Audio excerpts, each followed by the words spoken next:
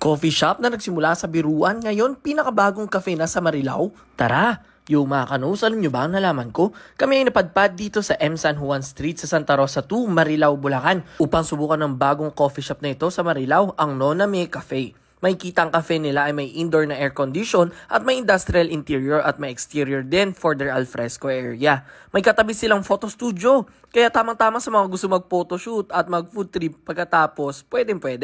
Pwede kayo dito maglaro ng board games or card games or pwede din naman mag-work dahil may mabilis silang internet. Tara na sa kanilang mga pagkain. Simulan natin sa mga appetizers katulad ng chicken skin at nachos na good for sharing at winner itong chicken skin sa lutong at kahit di mo nga idip malasa bes eh.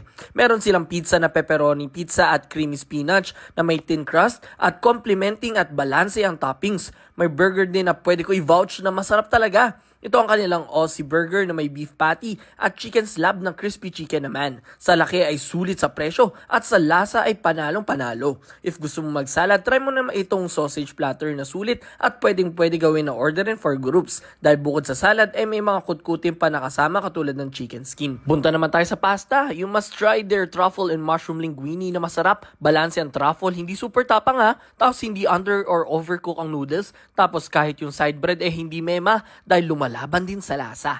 While the shrimp pesto naman ay goods at balanse ang recado for fusilli pasta. Kahit itong grilled cheese sandwich ay hindi halata sa itsura na masarap at panalong-panalo dahil maubusog ka agad. Punta naman tayo sa kanin. For rice meal, chicken inasal na juicy ang manok at balasa at itong chicken curry na pinakabago, panalo yung breaded pork na may good texture, di matigas. Tapos lovely pa ang taste ng curry sauce. Kung pupunta naman tayo sa kanilang drinks, ito ang ilan sa mga dapat yung subukan. Meron silang biscoff at hojicha for blended drinks na very comforting.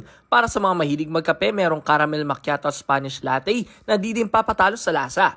Passion fruit at mikan na may balancing tsaa naman. At syempre, hindi tayo aalis ng walang desserts. For their desserts, walang tapon dahil masarap lahat.